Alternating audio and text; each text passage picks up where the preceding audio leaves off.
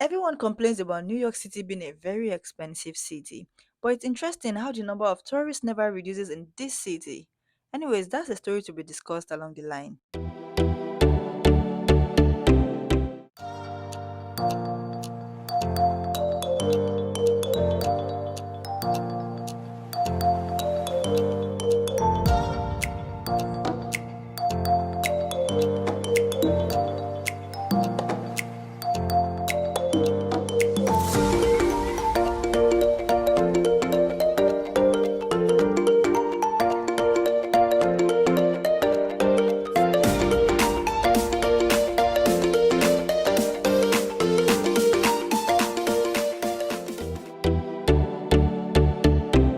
Imagine you're walking along the streets of New York City. The yellow taxis honking and the skyscrapers are so close, they look like they are touching the clouds. Sounds like a movie scene, hmm? For most tourists, I know the adventure starts either at Times Square or Empire State Building. I get it because these are iconic places. But the truth is, there are more exciting places to visit without breaking the bank. And I guess that's why you're here. Do not worry, I've got you on this one. First off, allow me to politely welcome you to the city that never sleeps and makes you feel alive without being tired. You guys, New York City isn't just a city, it's a vibe. New York City has a population of more than 8 million. It's clearly one of the largest cities in the world, and it's the largest city in the US by population. Even though we are all aware of how expensive this city is, well, I'm happy to share some attractions with you that are probably free or budget friendly. Are you ready to see those? If you are, then make sure you stay tuned and watch this video till the end. Let's go!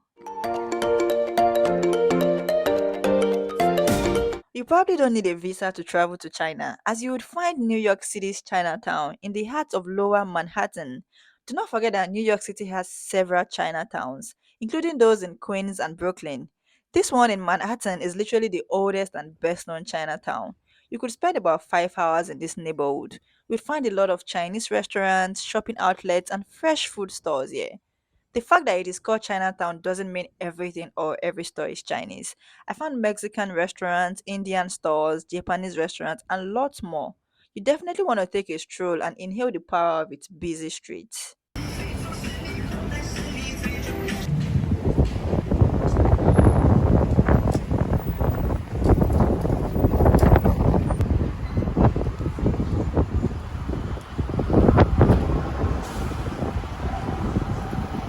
And don't forget the Paris Baguette Bakery. It's right in Chinatown. It's got a very relaxed ambience. They've got delicious pastries, like the croissant was so good. The bread, the cake, it was worth the price.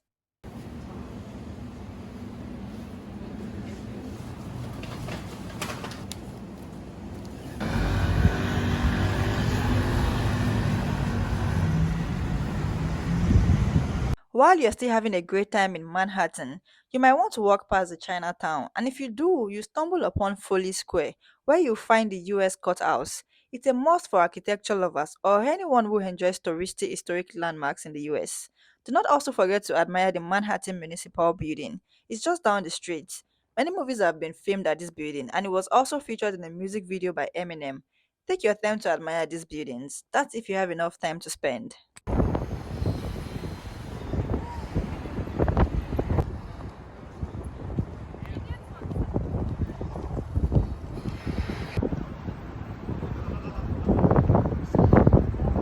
We all know how famous the Brooklyn Bridge is, especially for the fact that it's a New York City symbol.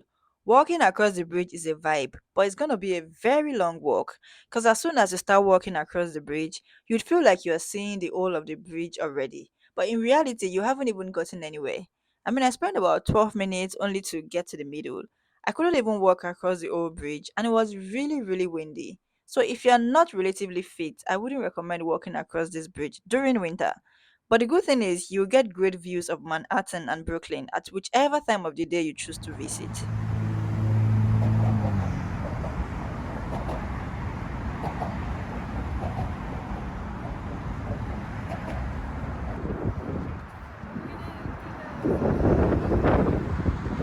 Quick check in, if you love this guide so far, I'd suggest you like this video, share it with the travel crew because every New York City trip needs its own group, and subscribe for more adventures.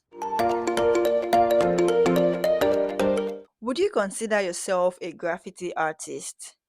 Well, I didn't know I had an inner artist gene in me, but that gene became dominant as soon as I joined a Brooklyn graffiti workshop led by an amazing local artist. I gave it a go. Honestly, one of the coolest things you can paint.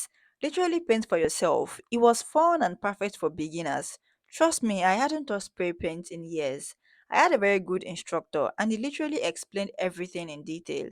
The activity lasted 1 hour and it's definitely one of the best things I did in New York City. I was so excited to create my own graffiti on the studio walls. That's traveling and learning. I even walked away with a personalized canvas. The activity was surprisingly therapeutic. And so, if you're ever in Brooklyn, I highly recommend this experience. You should check it out on Get Your Guide. I've included the link in the description below. This aesthetic transportation hub welcomes those visiting the World Trade Center and also serves as a representation of New York City's strength and resilience after 9/11. This structure was designed by a Spanish architect and it's easily recognized as it resembles a dove leaving a child's hands. Isn't that amazing? As soon as you get inside, there are plenty of retail and dining options. It's a great place to stop by before or after you visit the 9/11 Memorial and Museum. It contains a large square and a train station. It's larger inside than outside, but most of all, it's just a shockingly awesome place to be. It's also free to get in here.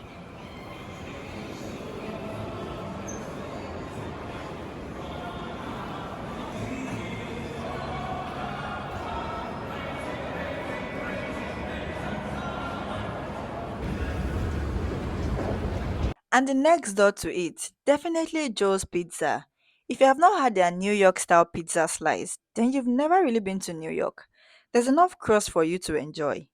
Maybe the name even rings a bell if you're a movie person, because the pizza shop is famous for its appearance in the 2004 film Spider Man 2. Peter Parker was working at Joe's Pizza as a delivery boy. The pizzeria has gained notability since its appearance in that movie.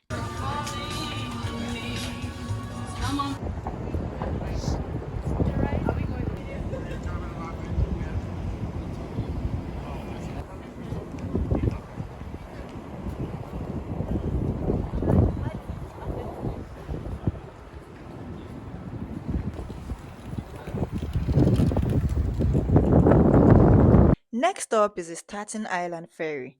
Hear me out, this is a must. Why? Because you'd get to see the Lady Liberty herself.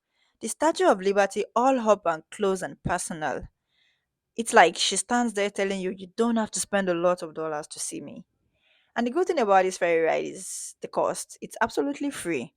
There are other kinds of ferry that would cost you a few dollars to ride and see the statue, but I wasn't in for spending, so I took the Staten Island ferry instead. It was in the evening, so it wasn't crowded. As soon as you arrive at Staten Island, you probably don't even plan to explore the island, so just join the returning ferry back to the city. It's about 25 minutes for a one-way ride. Feel free to grab this ride and enjoy.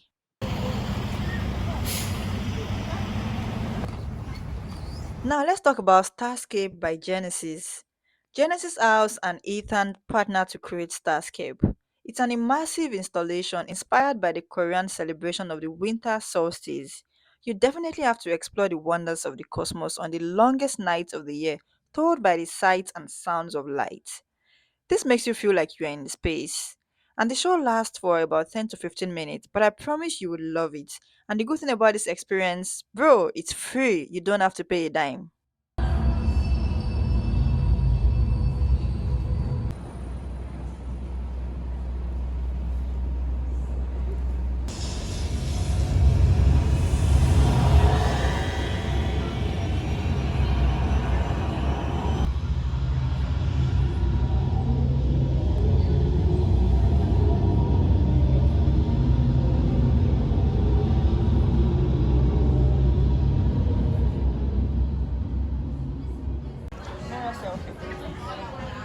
And then there is a vessel at Hudson's Yard. That enormous looking honeycomb building, the one where you have to pay to climb to get city views. Ticket is about $10, but if you choose to go up there, boy, your Instagram will thank you for weeks if you love taking pictures. It's a very unique and beautiful structure. It's okay not to go up there. You can just choose to admire the structure, take pictures, do videos from the outside. And next to it is the Hudson Yards Mall. And what makes this mall kind of outstanding is the fact that it doesn't contain shops only. It's got residencies, it's got eateries, hotels, and the Hedge, which is the highest sky deck in the Western Hemisphere. Ticket to the Hedge is about $40.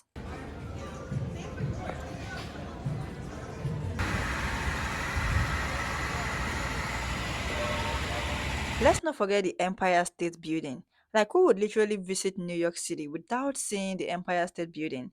That would likely be a crime. If you're seeing the building from afar and you're planning on walking because it looks like it's close by, please be sure it's really close by because tall buildings are deceitful. I remember walking for over 20 minutes and it got to a time where I wasn't even seeing the building any longer. Anyways, if you are in for the rooftop adventure at the Empire State Building, it costs about $44. On the clearest day, you'll see about six states from this view. You'd see New Jersey, Pennsylvania, and others. If you don't want to go up there, the lobby is free to explore.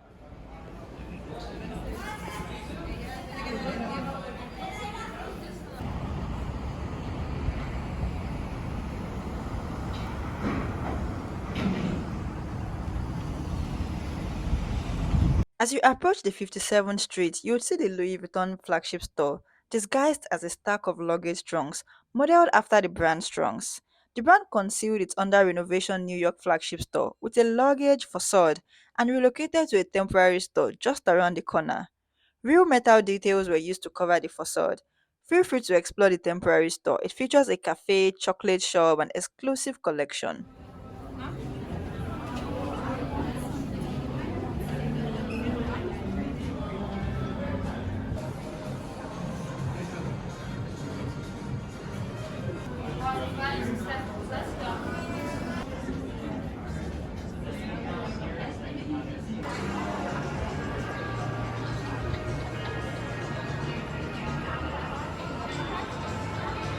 We're not done with the Fifth Avenue yet. There's a glass cube that rises up from the sidewalk at the end of the Fifth Avenue retail district, looking more like a spaceship than a place where you could buy an iPad. This cube signals the existence of a subterranean showroom filled with computers, iPhones, iPads, AirPods, and other Apple products. It's the only Apple store in the world that is usually open 24/7. That's to tell you how much New York City is always alive.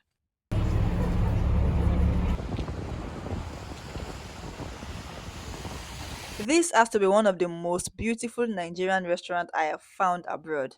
Not to brag, but there are lots of fancy restaurants in Nigeria where I come from. I just don't see a lot of them abroad. This New York City Lagos restaurant is with a Nigerian pulse. I hate everything edible because I miss homemade food. Like I had white rice with ofada sauce, moi moi, suya, zobo. Oh my word! It was a home away from home.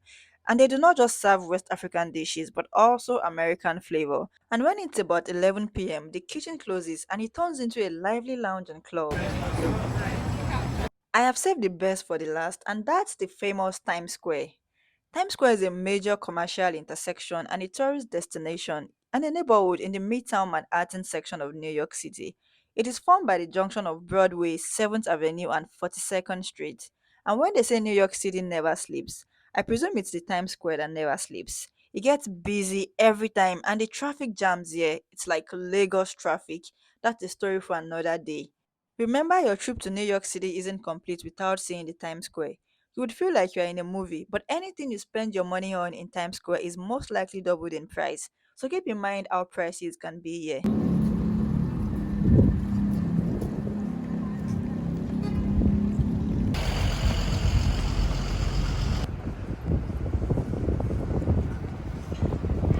And for the public transport in New York City, I took the subway on few occasions. It wasn't completely bad as it's often portrayed.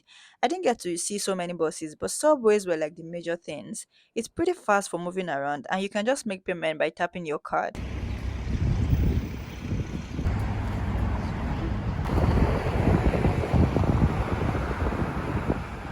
Honestly, I had a great time in New York City. It's a very lively destination. If you get a chance, grab your bags and make that trip happen. Well, I wouldn't recommend you staying in New York City for a very long time because it's really, really expensive. But if it's within your budget, then go for it. You can stay for as long as 5 to 6 days, as there are so many attractions you'll find here.